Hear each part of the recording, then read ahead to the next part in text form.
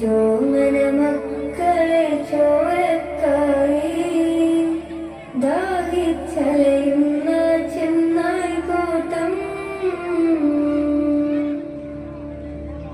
മരിച്ചത് ഞാനല്ല നീയാണ് മുസ്ലിമേ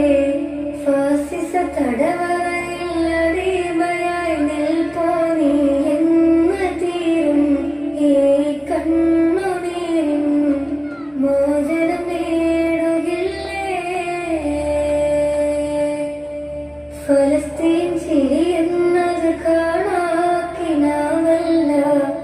അറബിപ്പം വിളയുന്ന കാലം വരുന്നുണ്ട് തഖ്വ